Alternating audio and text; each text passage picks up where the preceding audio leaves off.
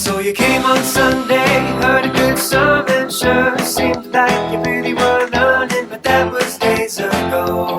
And since that time, you've watched a lot of shows, heard a lot of news, read a lot of photo captions, maybe a book or two.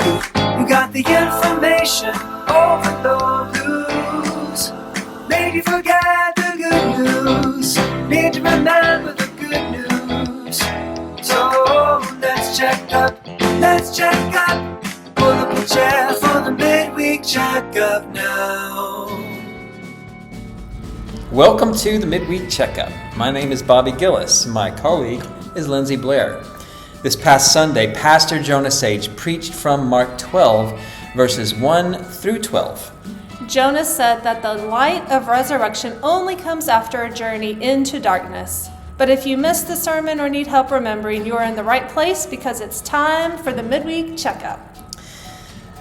Jonah began by saying that if healing and wholeness is something you're interested in, you will have to face the darkness. And this will mean facing the most difficult darkness of all, the one inside each of us. Jesus begins to unpack this by telling a story of a vineyard owner. For some 300 years to this point, the issue of absentee landlords was particularly volatile in Jewish culture. It was a hot-button political issue.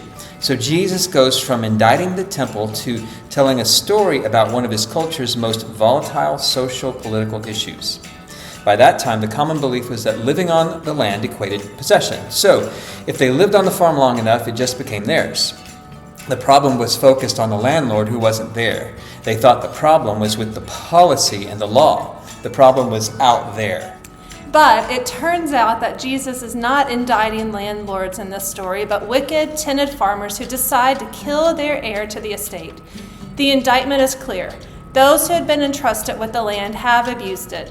They've committed egregious acts of violence against God himself, and they will face judgment. Jesus' invitation is to face their darkness so they can find healing.